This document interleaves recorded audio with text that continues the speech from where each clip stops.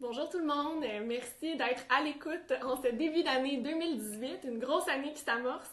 Je suis très contente de vous retrouver pour le début de mes assemblées Facebook en direct.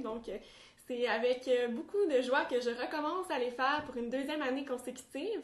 Donc, ça fait maintenant, je suis maintenant dans ma deuxième année comme députée et j'apprécie toujours de pouvoir avoir cet échange-là avec vous.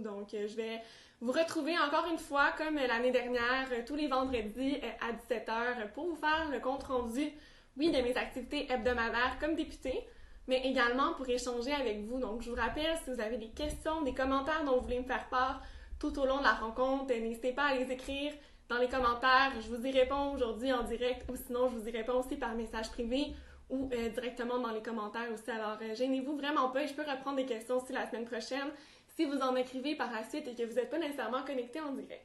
Parce qu'à chaque fois que je me promène un peu sur le terrain, dans Marie-Victorin, puis aussi à l'extérieur, lorsque je vais dans les assemblées militantes, par exemple, du Parti québécois un peu partout au Québec, ou lorsque je rencontre des groupes dans mes dossiers parlementaires, il y a vraiment beaucoup de gens qui me disent écoutez mes vidéos. Il y a certains en direct, certains qui l'écoutent par la suite. Et donc, gênez-vous pas, vous pouvez tous m'écrire, soit dans les commentaires, comme je disais, là, ou encore par message. Et je prends vraiment le temps de répondre à vous tous là, de façon personnelle. Parce que vous savez que c'est moi qui gère donc l'entièreté de mes réseaux sociaux. Alors, pour moi, c'est vraiment important de conserver ce lien authentique avec vous. Donc, vous conviendrez avec moi que la dernière semaine, ça a été une grosse semaine au Parti québécois. Mardi, il y a eu des annonces comme quoi on avait trois de nos collègues, donc Nicole Léger, Alexandre Coutier et Agnès Maltais, qui ont décidé de ne pas se représenter au terme de leur mandat, donc de prendre leur retraite de la vie politique. C'est certain que c'est trois gros morceaux au Parti québécois. Moi, depuis que je suis députée, j'ai vraiment été choyée de pouvoir les côtoyer dans mes premiers pas parce que ce sont des gens qui ont beaucoup d'expérience politique. Hein. Ça faisait, par exemple, 11 ans qu'Alexandre Coutier est député. Pour Mme Léger, c'est 22 ans. Agnès Maltais, 20 ans. Donc, énormément d'expérience politique. Donc, j'ai pu beaucoup profiter de leurs conseils avisés. Et croyez-moi, je vais continuer aussi d'en profiter pour les mois à venir parce qu'ils ne nous quittent pas. Donc, ils décident simplement de ne pas renouveler leur mandat, ce qui fait en sorte qu'ils passent un peu le flambeau. Hein, parce qu'ils restent des militants du Parti québécois, restent impliqués pour la cause indépendantiste, et en même temps, ça fait de la place au renouvellement du parti. Donc, je pense qu'il faut saisir cette occasion-là. Et en même temps, comme je le disais, moi, je vais continuer de profiter de leur sagesse d'ici à leur départ. Puis en fait, on l'a vu dans les jours qui ont suivi. Mercredi, on a présenté une nouvelle candidate au Parti québécois, Nathalie Leclerc, qui sera notre représentante dans la circonscription de Charlevoix-Côte-de-Beaupré. Et j'étais très heureuse d'apprendre sa candidature parce que je suis allée du côté de Baie-Saint-Paul, comme je vous en avais parlé au mois de décembre dernier pour une assemblée militante, et j'avais eu l'occasion de rencontrer Nathalie. Et c'est une femme vraiment articulée, extrêmement dynamique, qui va se présenter pour nous dans la circonscription. C'est elle qui a tout monté le projet de l'espace Félix Leclerc, donc sur l'île d'Orléans. Donc c'est une femme vraiment ancrée dans son milieu et c'est vraiment un atout, je pense, extraordinaire pour le Parti québécois et on va continuer d'annoncer comme ça dans les prochaines semaines des candidatures extrêmement intéressantes en vue des élections de 2018. Et d'ailleurs, ce matin même, il y en a plusieurs d'entre vous qui l'avez vu passer, notamment dans les nouvelles ou même sur les différents réseaux sociaux. Mais ce matin à Montréal, j'étais avec notre chef Jean-François Lisée pour rencontrer une trentaine de candidats et candidates qui sont intéressés à se lancer pour le Parti québécois pour l'élection du 1er octobre prochain. Donc, des gens qui ont déjà manifesté leur intérêt pour se présenter à l'une des investitures, donc, dont certaines sont déjà contestées. Donc, j'ai pu leur parler aussi de mon expérience, parce que vous savez que dans l'investiture de Marie-Victorin, on était 6 candidats, donc à briguer, à souhaiter le vote des membres. Donc, il y a plusieurs courses qui se dessinent à 2-3 candidats dans certaines circonscriptions, d'autres aussi où les candidats ont réussi à rallier les autres. Puis donc, j'ai pu leur partager mon expérience. Et ça a permis aussi que tout le monde puisse se rencontrer et de forger aussi de partager certains trucs qui fonctionnent, donc de vraiment pouvoir se donner un petit coup de main là, en vue des investisseurs. Et ça prouve qu'il y a vraiment une relève solide au Parti québécois, une relève motivée. Donc moi, j'étais super contente de pouvoir rencontrer ces gens-là et de pouvoir leur donner là, mes conseils d'ancienne candidate à l'investiture. Et je leur ai dit d'ailleurs qu'ils pouvaient toujours compter sur mes conseils pour la suite des choses. Et si vous avez envie de vous impliquer, de vous présenter, n'hésitez pas aussi hein, à avoir l'information. Des fois, ça nous paraît très loin la politique, mais vous savez que vous pouvez toujours me rejoindre, puis moi, ça me fait toujours plaisir de pouvoir partager mon expérience avec vous. Mais cela dit, je pense que ça bouclait très bien la semaine, ça envoie un bon message. Il y a de la relève, oui, il y a des gens, évidemment, par le cours des choses, qui choisissent de ne pas se représenter parce que la politique, c'est vraiment intense. On se dédie à 200% parce que c'est très passionnant. Puis en même temps, les gens s'attendent à beaucoup de nous et c'est correct comme ça. Mais ça fait en sorte qu'on travaille souvent, vous le savez, 7 jours sur 7, vraiment des dizaines et des dizaines d'heures par semaine. Et c'est un investissement de soi qui est très fort, beaucoup de sacrifices aussi, mais en même temps, on le fait parce qu'on aime ça, parce qu'on voit la différence qu'on est capable de faire. Mais à un moment donné, après 11 ans, après 20 ans, 22 ans, c'est normal aussi de pouvoir décider de penser à nous aussi, puis de se consacrer à d'autres choses que la vie politique et de passer le flambeau aussi à la relève. Donc, c'est le message, je pense, qu'on doit retenir de cette semaine. Ceci étant dit, vous le savez, moi, mon bureau, il rouvrait cette semaine parce que, pour une fois, j'ai décidé de vraiment prendre des vraies vacances lors des dernières semaines. Ça m'a fait beaucoup de bien. Vous savez que durant les vacances estivales, j'en ai profité pour écrire mon livre. Alors, j'ai travaillé énormément. Mais cette fois-ci, j'ai vraiment pris du temps pour moi, pour me ressourcer, me reposer. Parce que, vous le savez, c'est l'année électorale qui s'en vient. Puis en fait, vous savez, peu importe année électorale ou pas, moi, je me dévoue, comme je le disais, à 200% dans mes activités de députée. Donc, j'avais vraiment besoin de recharger mes batteries. Et maintenant que c'est chose faite, je vais continuer avec toute l'énergie et le dynamisme que vous connaissez pour les prochains mois. Donc, cette semaine, on a commencé déjà en force avec mon équipe ici au bureau de circonscription. Lundi, on s'est tous réunis pour définir un peu les orientations de l'année qui s'en vient, pour planifier nos projets aussi. Plein de belles initiatives que mon équipe et moi avons montées l'an dernier ici dans la circonscription, qu'on souhaite renouveler. Aussi d'autres idées qu'on a eues à mettre en place. Donc, on a discuté de tout ça lundi. Par la suite, mardi, le bureau ouvrait officiellement. Mais avant ça aussi, j'ai participé à une conférence de presse donc, sur le lancement de la fête du livre Jeunesse de Longueuil, à laquelle j'ai été partenaire l'an dernier. Donc, j'ai renouvelé mon partenariat cette année. Ça va faire en sorte que je vais aussi, cette année, distribuer des nouveaux livres dans chacune des bibliothèques des écoles de la circonscription de Marie-Victorin. Donc, 13 écoles au total, 2 écoles secondaires, 11 écoles primaires. Donc, je vais remettre des livres en collaboration avec la fête du livre. Et ce sont des livres d'auteurs québécois. Donc, en même temps, on encourage la culture d'ici, tout en promouvant la lecture chez les jeunes, parce qu'on sait que c'est le plus grand déterminant de la réussite scolaire. Alors, je suis très fière de poursuivre mon engagement en ce sens. Donc, je suis allée là aussi en début de semaine. Également, mardi, donc je suis allée du côté de l'Assemblée nationale, parce que oui, l'Assemblée nationale ne siège pas durant la période actuelle. En fait, on recommence à siéger le 6 février. Mais par contre, depuis cette semaine, il y a quand même des consultations. Donc, pour les projets de loi qui ont pu être appelés, donc notamment, il y avait le projet de loi sur le cannabis qui siégeait pour les consultations de certains groupes.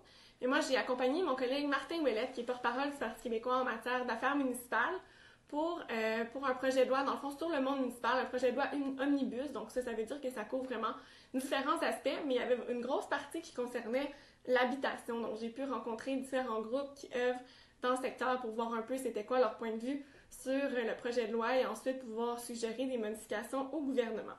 Donc mardi, puisque j'étais à Québec, en fin de journée, je me suis aussi rendue dans les bureaux de la circonscription de Tachereau, donc pour assister à la conférence de presse de ma collègue Agnès Maltais.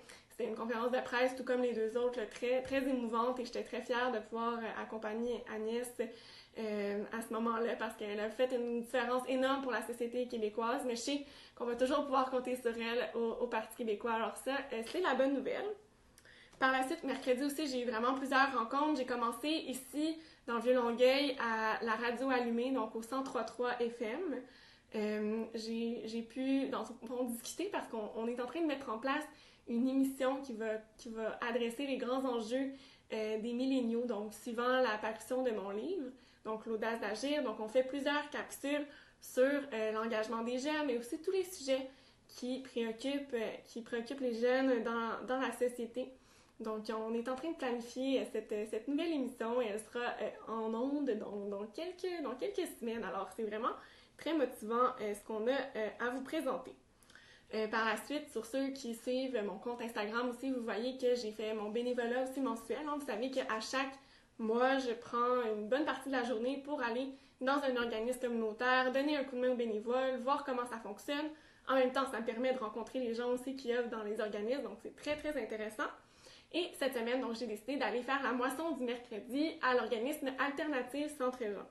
Donc, on a pu mettre la main à la pâte une bonne partie de mon équipe et moi. Et d'ailleurs, pour la journée, je recevais un stagiaire qui venait pour une journée voir comment ça se passait dans le bureau d'une députée, donc qui m'a accompagnée dans mes activités. Donc, je remercie vraiment Simon du séminaire Sainte-Trinité à Saint-Bruno, qui est venu passer la journée avec moi. Simon, qui est originaire aussi de Saint-Mathilde-Belleuil et qui voulait voir comment je vivais mes journées, mes activités comme députée, qui nous a donné un bon coup de main aussi, qui a participé à l'activité de bénévolat. Donc, c'était vraiment extrêmement intéressant. Et par la suite, mercredi, j'ai eu plusieurs autres rencontres dans ma journée, tout comme jeudi. Donc, quand je suis au bureau de circonscription, et là, pendant que nous ne siégeons pas à l'Assemblée nationale, on a vraiment l'occasion d'être plus présents dans des plus grandes périodes dans notre circonscription. Alors, j'en profite pour tenir des rencontres avec différents groupes. J'en ai aussi fait aujourd'hui, mais comme je vous le disais ce matin, très tôt, je suis allée du côté de Montréal pour le déjeuner avec le chef et nos futurs candidats. Et par la suite, j'ai aussi donné une entrevue au sujet de mon livre à la radio de l'Université de Montréal. Donc, ça a été... donc, j'ai pu revenir sur les événements également de la dernière semaine et j'ai parlé d'engagement. J'ai annoncé aussi la tournée que je vais faire à travers le Québec, la tournée des cégeps, des universités que je suis en train de mettre en branle. Donc, je vous en dirai pas plus pour l'instant. Je vais vous garder informés là, dans les prochains jours parce que je vais vous mettre à contribution. Alors, ça, c'est un peu le bilan de ma semaine. Je vais avoir une fin de semaine très chargée. Il y a sûrement plusieurs d'entre vous qui allez demain à la marche des femmes de Montréal. J'y serai évidemment comme porte-parole en condition féminine. Je pense que c'est important de montrer notre solidarité, surtout après la grosse année, en fait, le gros automne 2017 que nous avons eu avec le mouvement Moi aussi. On a vu cette fin de semaine aussi, à Tout le monde en parle, la suite donc du mouvement Moi aussi. L'initiative Et maintenant, qui a été lancée notamment par Aurélie Langteau et Léa Clermont-Dion. Et si ce n'est pas déjà fait, je vous invite à aller signer la déclaration en ligne sur le site etmaintenant.net. Et je pense que demain, on sera très nombreuses à montrer notre solidarité aux victimes de violences à caractère sexuel, qui, je pense, donc on doit montrer cette solidarité-là. Alors, j'invite autant les femmes que les hommes à être présents en grand nombre demain à Montréal pour cet événement. Et par la suite aussi, j'aurai l'occasion d'aller prononcer une allocution au congrès de la Fédération étudiante collégiale du Québec. Alors, une bonne fin de semaine, encore une fois, qui s'annonce. Donc, du côté de vos commentaires maintenant. Je sais que vous avez été plusieurs à m'écrire. Donc, encore une fois, merci pour tous vos bons commentaires. Hein, c'est tellement apprécié. Ça me fait toujours chaud au cœur, puis ça me donne vraiment l'énergie pour continuer, comme je vous le dis, de façon assez régulière. Bon, je vois qu'on nous écoute même depuis la Catalogne. Donc, j'ai un commentaire de M. Éric Barrantes-Fouriol qui me souhaite une bonne soirée, donc depuis la Catalogne. Donc, sachez aussi qu'on est vraiment en pensée avec vous. On sait que c'est pas facile ce qui se passe actuellement et vous pouvez compter sur la solidarité du peuple québécois et des indépendantistes aussi. On suit de près la situation chez vous. Noureddine, cette fille, qui me salue aussi. Alors, je te salue, Noureddine. J'ai bien hâte de pouvoir te recroiser dans un événement. Noureddine, qui est un citoyen extrêmement impliqué à Longueuil. C'est lui qui avait organisé la fête de rapprochement entre la société, entre les gens de Longueuil et en fait la communauté marocaine aussi de la Rive-Sud. Donc, toujours des super belles initiatives de rapprochement interculturel. Alors, je te lève mon chapeau, Noureddine, pour cette contribution. Madame Muriel Ouellette, un grand merci pour vos bons mots. Il y a Madame Josiane Morissette qui me dit bon retour et qui me demande quels sont mes projets pour 2018. Donc, comme je l'ai mentionné là, à la fin de mon petit bilan, et que je vais faire une grande tournée cette session là, des cégeps des universités à travers le Québec. Je voudrais que ça, c'est un gros projet pour la session à venir. Sinon, c'est clair que je vais poursuivre aussi toutes les initiatives que j'avais entreprises dans la circonscription, notamment toutes les assemblées citoyennes que j'avais commencé à faire l'an dernier. Je fais la tournée des quartiers, dans le fond, de tous les quartiers de ma circonscription pour aller entendre les gens. Un peu le format qui est fait actuellement sur Facebook, mais c'est pas tout le monde nécessairement qui est disponible aussi les vendredis à 17h pour pouvoir me poser leurs questions. Donc, ou qui connaît aussi ma page Facebook. Donc, pour moi, c'est vraiment important d'inviter les citoyens, d'avoir un forum, un lieu où on peut vraiment échanger, où est-ce qu'ils peuvent me poser leurs questions, autant sur mon travail, donc la redevabilité, la reddition de comptes en tant que député, mais aussi où ils peuvent me questionner sur différentes positions politiques ou même me suggérer des projets. Donc, c'est toujours super agréable, ces rencontres-là, et elles reviennent donc pour une deuxième année. Et ça aussi, je vais bientôt pouvoir vous envoyer toutes les informations pour ceux qui sont intéressés à assister à l'une ou l'autre de mes assemblées citoyennes. Je sais qu'il y en a déjà quelques-uns qui m'avaient posé la question en commentaire dans des publications précédentes. Alors, n'ayez crainte, ça s'en vient. On va bientôt vous dévoiler cette programmation.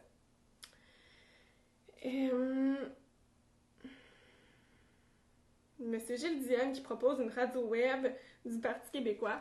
Mais sachez que d'ailleurs, si vous allez sur la page du Parti québécois, vous allez trouver des vidéos d'actualité qui sont faites à chaque semaine pour voir un peu quels ont été les grands sujets chauds, les actions, les engagements que notre équipe a pris. Donc, je vous invite à aller jeter un petit coup d'œil aussi. La page du Parti québécois, elle est super active sur les réseaux sociaux et non seulement sur Facebook, mais vous pouvez aussi suivre le Parti québécois, tout comme moi, là, sur les autres réseaux sociaux comme Twitter ou Instagram pour en savoir davantage. Marie-Nathalie Lapierre qui me dit que bientôt le Parti québécois va avoir une nouvelle membre puisque Eulalie aura 16 ans, donc une jeune femme qui s'implique depuis déjà 2 ans. Donc déjà à 14 ans, elle avait vraiment ce désir de contribuer à la politique. Elle est venue me voir pour me demander comment elle pouvait s'impliquer. Bon, pour être membre d'un parti politique, il faut avoir 16 ans, donc Eulalie aura 16 ans bientôt dans quelques semaines. Alors j'invite d'ailleurs, s'il y a des jeunes aussi qui nous écoutent, souvent on ne le sait pas, on pense que ça prend 18 ans pour pouvoir militer dans un parti politique.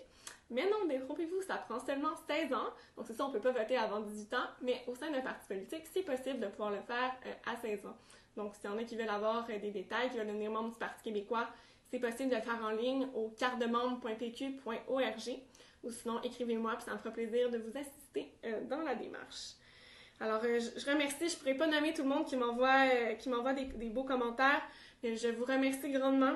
Je sais qu'il y a David aussi, David Blanchard qui m'écrit, David Blanchard qui était à Québec solidaire avant, un membre fondateur ici dans Marie-Victorin, qui a décidé de prendre sa carte du Parti québécois pour nous appuyer à la prochaine élection, qui va faire partie de mon équipe. Donc, je te salue David et pour moi, c'est vraiment important de t'avoir dans mon équipe. Je me sens très privilégiée parce que David, c'est un homme, un citoyen très engagé, ancré dans le milieu communautaire à Longueuil.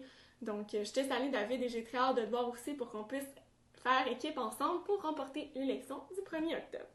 Alors, je vous remercie aussi s'il y a des gens qui souhaitent impliquer pour la prochaine année, puisque c'est la première rencontre Facebook en direct. N'hésitez pas, on a beaucoup de travail à faire. On n'a que quelques mois d'ici les prochaines élections, alors si vous souhaitez mettre la main à la pâte, votre aide sera la bienvenue. Alors, vous pouvez toujours m'écrire sur ma page Facebook. Alors, sur ce, je vous remercie et je vous souhaite une très belle fin de semaine. À la semaine prochaine.